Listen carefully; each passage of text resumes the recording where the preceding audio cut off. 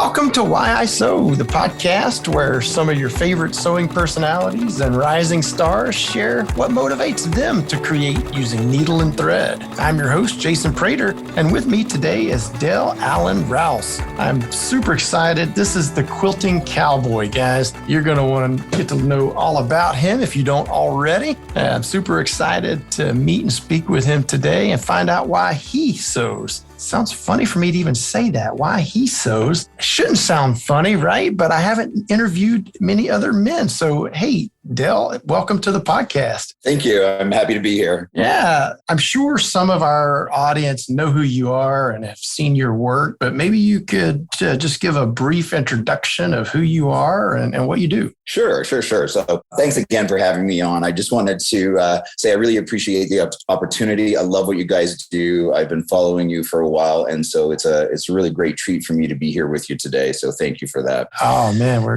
glad to have you. Yeah, thanks. And so then, how I got started sewing is kind of an interesting thing because my mom was a sewing teacher, and I was around sewing growing up my whole life. But my mom didn't really teach me how to sew. She taught my sister. But as I was getting older, I got a job on tour with a performing theater group. And we would be going from city to city. And this is, back in the day before handheld computers. And, this is the late 80s, early 90s, just to tell you how damn old I am.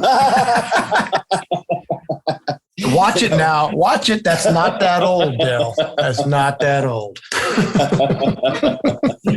Right. And so, but you had to have something to do on the bus. And so a lot of my friends were taking up knitting. That didn't really appeal to me. But some of my friends were having kids. And I thought, if I could just, sew together a couple of stupid squares, like shablam, like you got a baby quilt. It's not that big. It's not a big surface area. That sounds like a project I could maybe handle. What they didn't tell me, though, is you shouldn't learn how to hand sew on the back of a moving vehicle. Right? Makes it a little hard to keep those stitches straight, right? Yeah, there's something like that, So I called my early work Franken-quilt because the stitches were so big.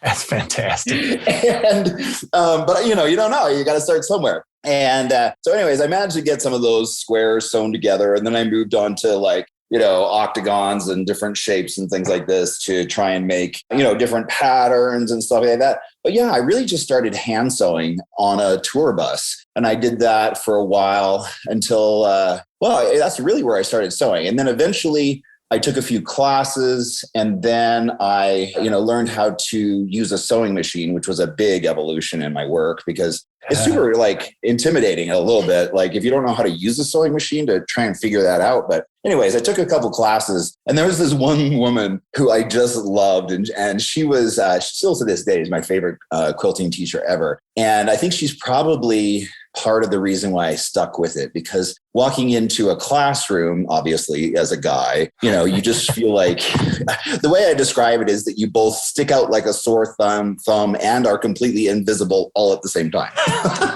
I love it. And so it's super awkward. But I met this woman, and she really encouraged me, and she spoke to me in a way that I could get it. And she really made me feel comfortable. She met me right where I was. And she really encouraged me, just as an artistic pursuit, to keep going with it. And everything from, she really got into helping me understand fabrics that sparked creativity in my own imagination. Nobody had done that before. Nobody had really taken me through my spark of inspiration, right? And asked me personally, and I'll never forget her saying this, was, so what makes your heart sing? I was like, excuse me now? Do you sure you want the answer to that? Oh, you mean in terms of fabric? Oh, okay. No. So, but she really, got that thinking going along those lines. And it took me a couple of years to figure out the answer to that question in terms of creativity is what sparks my imagination? What does make my heart sing? And it took me years of kind of pursuing that kind of consciously to arrive at, an answer that I was kind of happy with. And that really started me in my own lane, if you will, because I understood myself artistically. I understood what got my artistic juices going. And it was from there that after I stopped performing for a living, that I really moved into having quilting and fabric design and quilt design be my artistic fuel when I stopped performing, because that was kind of, then my full-time artistic outlet. Wow. So that's awesome. I'm always intrigued by how people get into sewing and what drove them there. I mean, obviously your business world is as a quilter, right? So I assume you kind of consider yourself mostly a quilter, but you said you started hand sewing. So is that the label you give to yourself? Quilter, sewist, sewer, seamstress, tailor, omnicrafter, embroiderer? Like, where do you fit on that scale of things? Yeah, great question.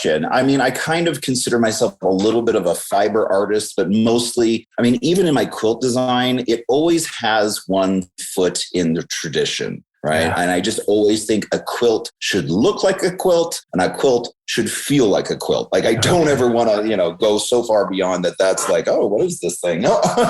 Right. Okay.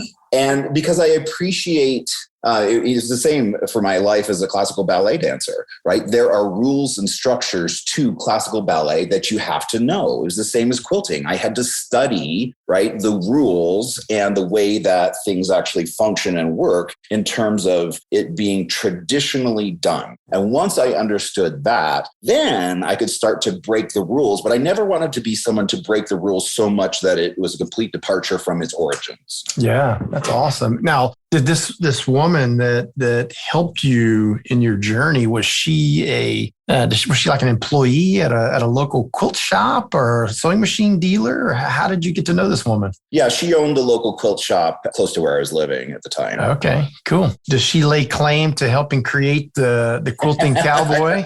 I hope she does. She should. She should own that fully. I fully support that idea. But I just want to also throw in case anybody's listening here, especially any guys, go take classes. Don't try and figure it out just on your own. It will be worth it for your own experience, because part of the experience of being a quilter, quite frankly, is the community. And if you're, separating yourself from the other quilters because you feel like you won't fit in, trust me, especially if you're a guy, part of the time you're not going to. But there are lots of times where you will. And you just have to find your tribe and your community. And yeah, it takes a little bit of effort, especially as a guy, you feel a little bit like you just got to find your space, your people, right? But they are there, just keep going after it, because it's a great place to hang out. Yeah, that's cool. I know from my own personal experience, I've been in this industry for 28 years. And there's a time period where my wife worked for a steel mill. And of course, I run a decorative thread company.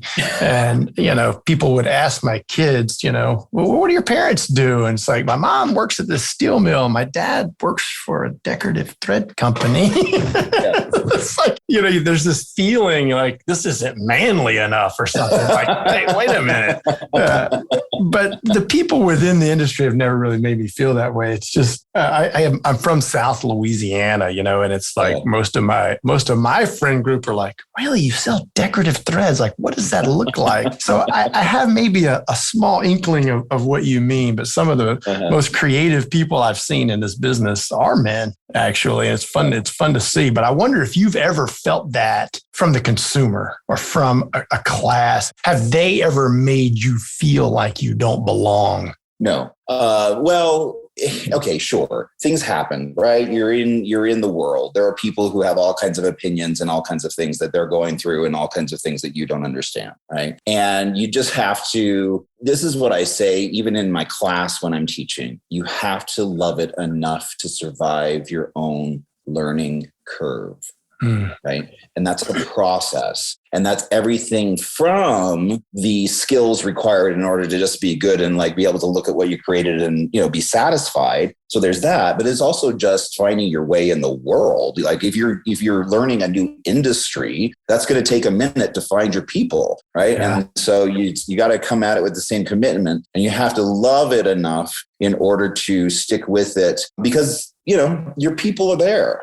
Right. There's the quilt community is as broad of a spectrum as any other community. So ain't that the truth? That's awesome. It's one of the things I love about this business. And so you said that your mom was a sewer. What kind of sewing did she do? And you said she didn't really teach you how to sew, but maybe besides that hand sewing, what was your real first memory of sewing, or was that it? I mean, that was really literally the first time you picked up the needle and thread yourself? Yeah. So my mom was a home ec teacher. Okay, that was kind of her job. So yeah, she taught my sister how to, you know, make a few clothing items and things like that. But we would also do crafts. My first memory of sewing was hand sewing, and I would make little, like I use them in my videos still to this day, of little felt mice. And so anyways, it was this whole thing. And like each mouse would have like its own like outfit and like job description. And like, it was this whole That's so cool.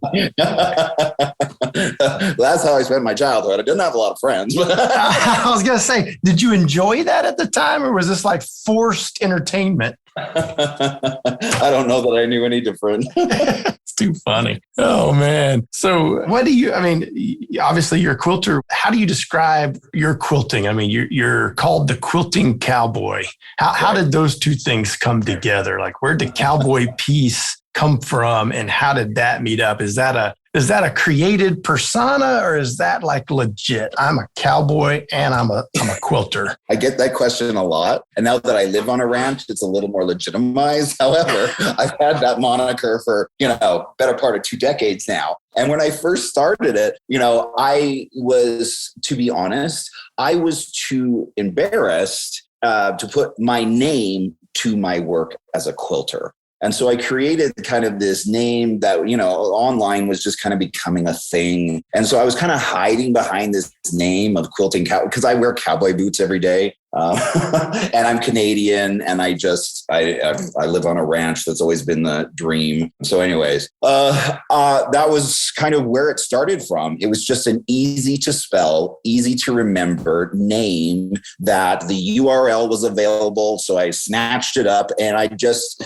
started using it because I thought it was kind of funny. And anyhow, it just kind of took off from there. And then as I was, you know, building the brand and everything else, I started using Quilting Cowboy less, and I started using my real name more. So that's how that evolved. Cool. You did well picking that name. It's kind of cool, actually. Thanks. So you mentioned you're from Canada. Where in Canada? And do you get back there and do much teaching in Canada, or what's that look like? Yeah. So I don't get back to Canada a lot. I'm really pretty happy where I am in Southern California. I still have, I really don't even have that many family members. I have my sister and my niece in Canada. Everyone else has moved to the States since. So, you know, occasionally I get up there and I try and teach wherever I can, wherever there's opportunity. But that's about it. I mean, I was born in the United States, so I can work here very easily. That's how that, yeah. But I was born in Tacoma, but I was raised just outside of Vancouver, British Columbia. Okay. Nice area. So, you know, I asked this question of all the guests, and it's amazing all the different answers, but I'm sure you quilt for a business now. I mean, is that your primary source of income, your quilting, or do you do something else outside of quilting? So I'm a full-time real estate agent. The quilting thing, I just really do for fun. You know, I would have to sell a lot of $10 patterns in order to, you know, pay for this ranch.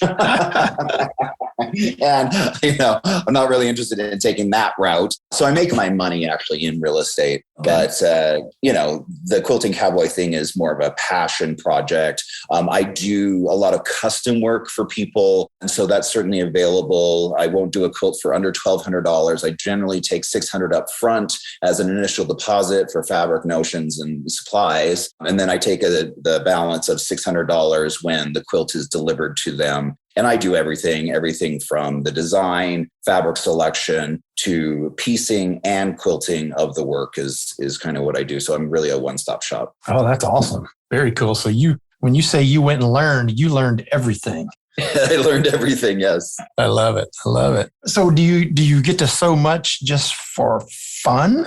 I mean, do you create for yourself? And if so, what kind of things do you love to sew for yourself? Oh, great question. So probably like most people, I don't get as much time to create just for fun. A lot of the times because, I'm also an author. I also play the piano. I also, I have a lot of other creative hats that I wear as well. So when I do get a chance to sew, it's generally for a project that I'm getting paid on that I'm usually a week behind on.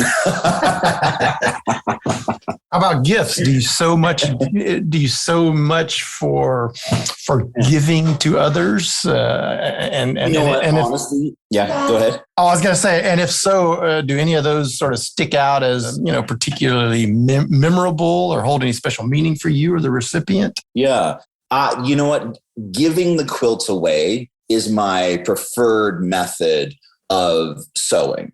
To monetize something like quilting that is obviously just from the heart is always felt odd and quite frankly, a little bit wrong to me because what I do is not, something to be monetized. It is, a gift of the heart. And so my preferred, way of sewing is to make something for somebody and just give it to them as a gift rather than trying to collect money. But, that only works, for friends and family. Outside of that, obviously the dynamics change. But I've made some really wonderful pieces for friends and it lights me up, for months to be able to work on a project for somebody and see them receive it and have it mean so much to them and their life or whatever they've gotten. And whether sometimes it's, fabrics from clothing of the deceased in their family that they'll send to me that I'll put together as a work, as a memorial quilt, for them to remember that family member and always have them at least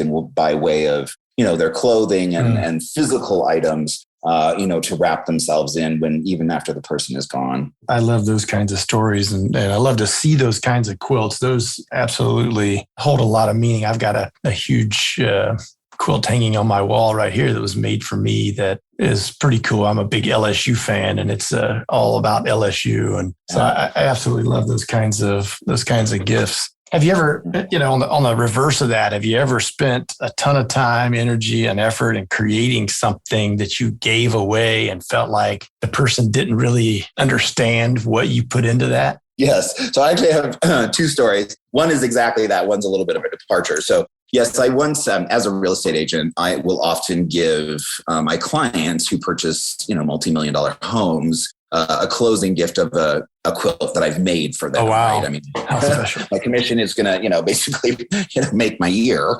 It's worth for me to spend a couple of weeks and put something together for them. So I made one for one client and I came back to her house to see. She had thrown it into her dog bed and her dog was sitting on it. Oh, I would love to have been a fly on the wall just to try to read your facial expressions there. As I'm slowly dying inside, you mean? Wow. That beats everything I've ever heard, I think. Yeah. Wow. So that was one. And another one, I hand sewed an entire project, a queen size quilt. It took me a year. All right. I even quilted it by hand. I pieced it by hand. The binding was done by hand. I did everything by hand. And then I went to wash it and the red ran all over it and the whole thing pink. So I gave that away. Wow. I mean, what do you say to this person who was a former client or a client still? I mean, I guess you always consider them clients when you're a real estate agent, hoping that you'll help them sell this one and buy another one someday. What do you say anything to them? What do you do there? Yeah, no, I just kept on going. I'm like, okay, wait, we're not gonna go there. Did it look that bad? Yeah, right. Oh, trust me, I had not spent a lot of time on this project, so I wasn't completely busted up. But at the same time, it was like, that's up there when people call your quilt a blanket. That was like, they just don't get it. Yeah. And if they don't get it that much, they're never going to get it right. Like they just don't understand. This took a lot of energy and effort. And that's what I was giving to you, not this thing. Yeah, exactly. That's crazy. So obviously we have, threads and fabric, and those are the things that you have to make a quilt. But what are some of your favorite things, like sewing products or notions, techniques, whatever, nifty gadgets that you just have on your must-have list? Like, these are the things that I gotta have. I really love Hot Fix. I mean, it's just the best fusible out there. I really have been doing some of that with some of my basic applique work. I do a lot of mixed media a little bit with some of my work, and that some of it is giant applique on top of piece backgrounds, things like that. A lot of it's paper piece. I always use, multi kind of approaches to create sometimes one visual, if that makes sense. Yeah. Yeah. So I always have, that's my favorite fusible is Hot Fix. Let's see, other products. I like little tools and stuff that are for marking, but that don't mark.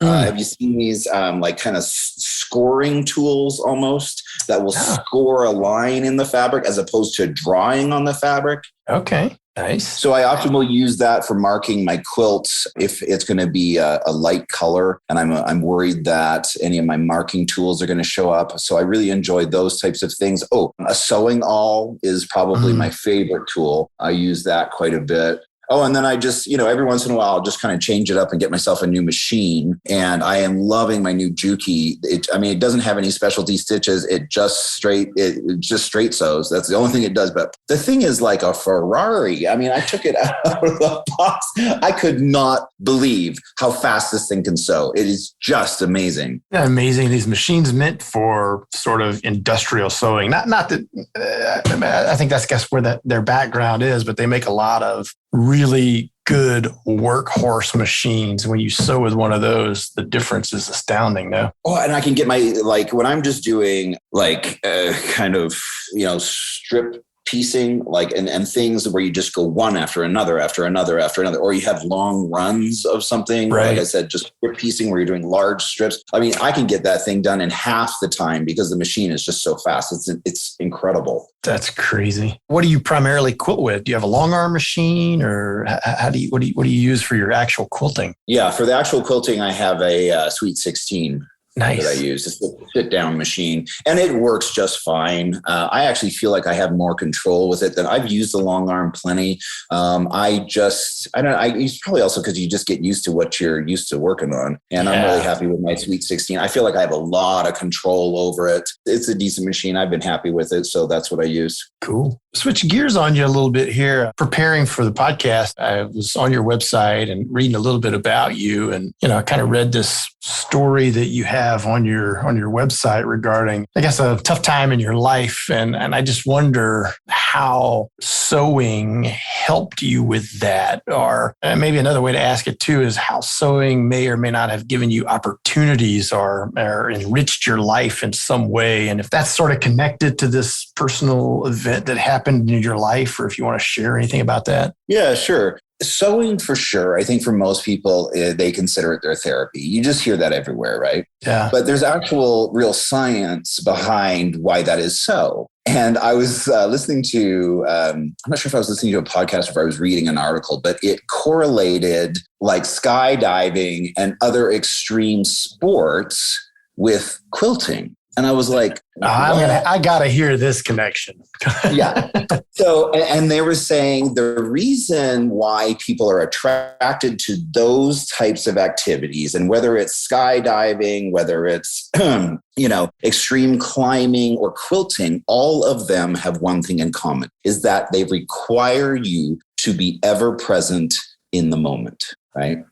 And so that is where people get to with quilting, that it allows you to be in a space within yourself where the rest of the world just slips away. And we sometimes all need that when we're going through things. I think that like being that present, right, to yourself is a gift. And often when I have had really difficult times in my life, I have found myself, sewing and being creative more because it just counters like the troubles of the world, if you will, when you're more present. Wow. That's powerful stuff. Yeah, I can see that where, I guess there's a lot of hobbies maybe that can do that for you. But at the end of the day, not every hobby do you end up with this physical, tangible representation of what you've spent your time doing, like you do with quilting. I think that sort of adds to it. Not to take away from someone who likes to fish or hunt or whatever, but when you're done with a quilt, boy, you got something, Yeah, exactly. And, it really is, piecing together love in a way. And that's, I think, what really resonates. It's certainly what drew me to the art form initially is when I was thinking about making those little baby quilts. That's the expression that I had within me that I wanted to bring into the physical. And that's what quilts, I think, do for us. Yeah, for sure. Are there any people, you mentioned the lady that helped teach you a lot about quilting, and she was an owner of a quilt shop. Besides her, or maybe you want to talk more about her, are there any makers or sewists that you really, really admire within this industry, and are people that have helped you in some way in your journey that are notable? Sure. Yeah, there's always people that I get inspired by. What's her name? Nicole Friedland. I love her stuff. Let's see, Luke. I can't remember Luke's last name. Anyways, he and I have been friends like forever. And, he's really out there in terms of making quilt art, right? And his art quilts are, pretty amazing. And I've always enjoyed his lane. But, each artist does kind of have their own lane, and you have to appreciate them for, who and what they are and what they bring to the table. Trust me, I've never really understood a lot of the work of some of these more modern quilters, because again, for me, I always want a quilt to remain looking like a quilt, but whatever, and I don't know, I enjoy some of the modern art quilts, but again, I'm always a little bit more in the traditional lane. Yeah, I don't get out as much as I would like to. I tend to sew a lot alone. So people are always like, who inspires you? I'm like, I don't know. I don't know anyone. You inspire yourself. Hey, that's all right. You're inspired by what's around you.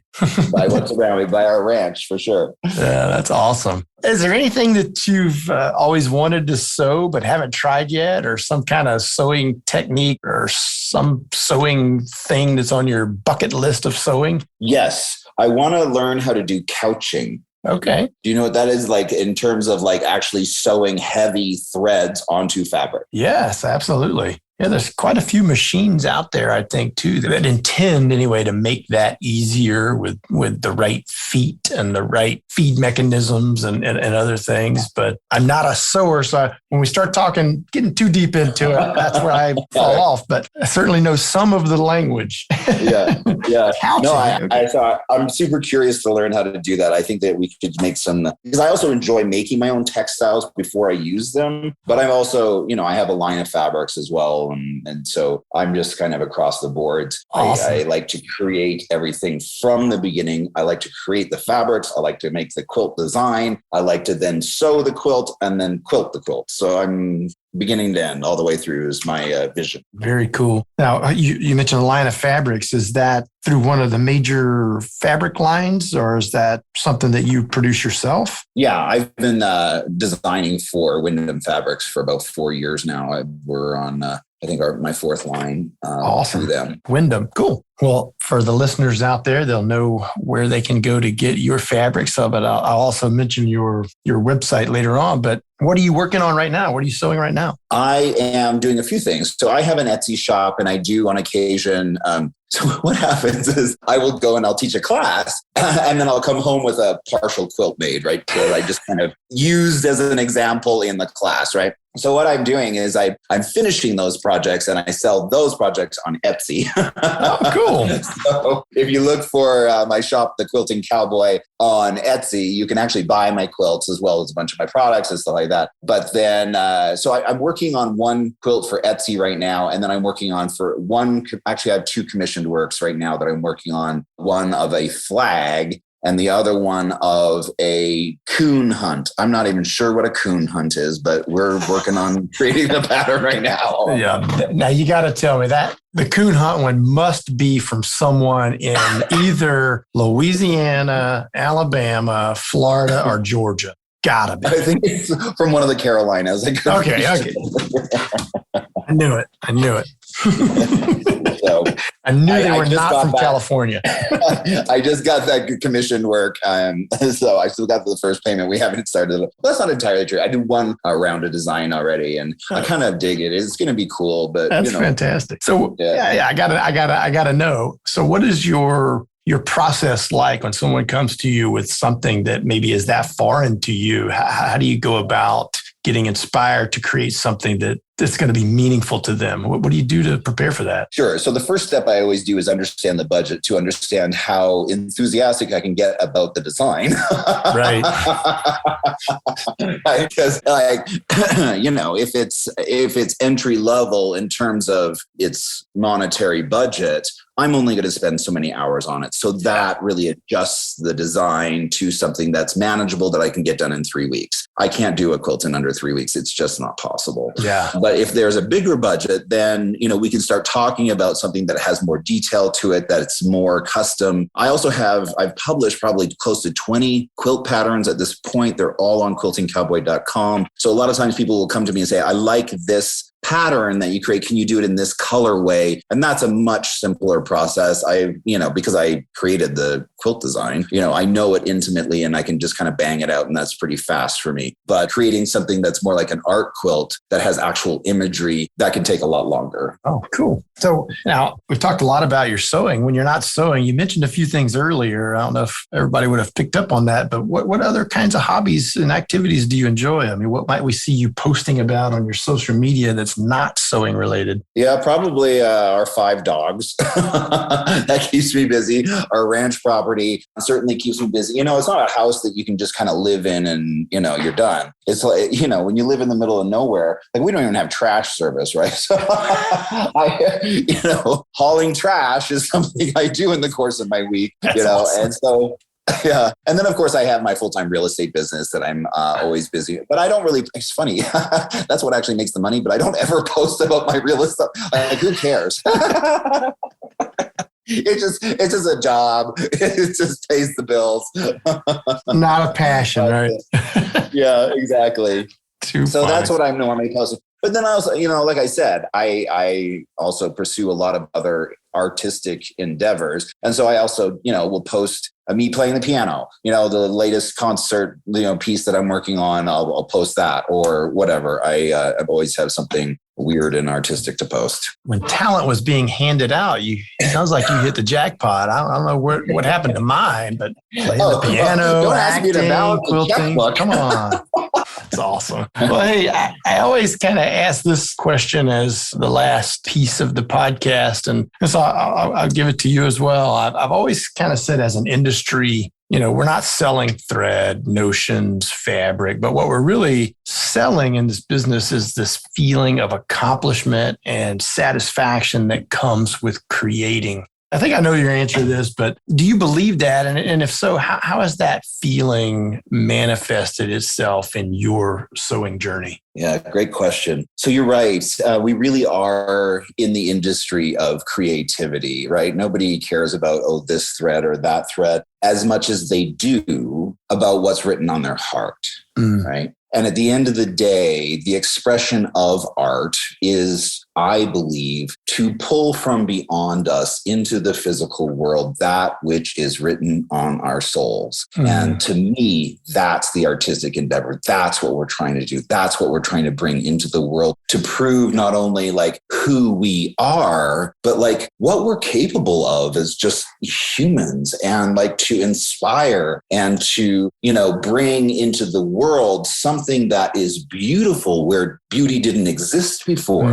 Like when you can get into that world and you can start creating beautiful things for yourself, like that's it's just a level of, personal fulfillment that's really hard to duplicate, I would say. Wow. Yeah. I couldn't agree more. I think you hit that right on the head. It's interesting. I was working the one time I was on an airplane and I was just looking for an advertising campaign or trying to come up with something. But that's what I kept circling back to was how can we communicate that satisfaction that one can get from creating something, and whether they're giving it to somebody or they've done it for dollars, whatever. When someone says, "Wow, you created that. This is beautiful." The instant feeling that someone gets from that, man, if I could figure out how to encapsulate that into some kind of campaign, man, we'd have it made. I haven't figured that out yet, but certainly we spend a lot of effort and energy trying to get people into this world by helping teach them to do it. And I know you do that. And so we appreciate what you're doing in that regard. And we want to let our listeners know that Dale, besides selling patterns and other kinds of products, you also teach at guilds and stores and other kinds of venues as well, correct? Oh, yeah. I love to teach. It's one of my favorite things because, especially since COVID, we've all been so isolated, right? And, I haven't had a lot of teaching opportunities through COVID other than by Zoom. But even that is not quite the same as being in person, and really celebrating with your fellow quilters, the art form and the togetherness and the culture, that we all work so hard to try and create within the quilt community. Awesome. So if our listeners want to know more about that and how they can book you to teach somewhere, they just go to your website at quiltingcowboy.com, right? That's correct. You got it. Awesome. Well, Dale, man, it was a pleasure to get to know you and to hear your story and learn a little bit more about what you do. Hopefully, now that we're all seeming to be able to travel a little bit more and shows are opening back up, maybe there'll be a time soon where we can meet in person on the road. That'd be awesome. I'd love it. We'll go for a drink. Yeah, absolutely. That's one of my favorite things to do. I like to brew beer, and I get a lot of satisfaction from that. So I love it. Definitely. All right, Dale. Well, thanks again, man, for coming on. And until we see you on the road, take it easy. All right, sounds good. Thank you for listening to Why Sew with Sulky. Give us a rating or a review, and be sure to shop your favorite Sulky products, including threads, stabilizers, kits, and more at sulky.com.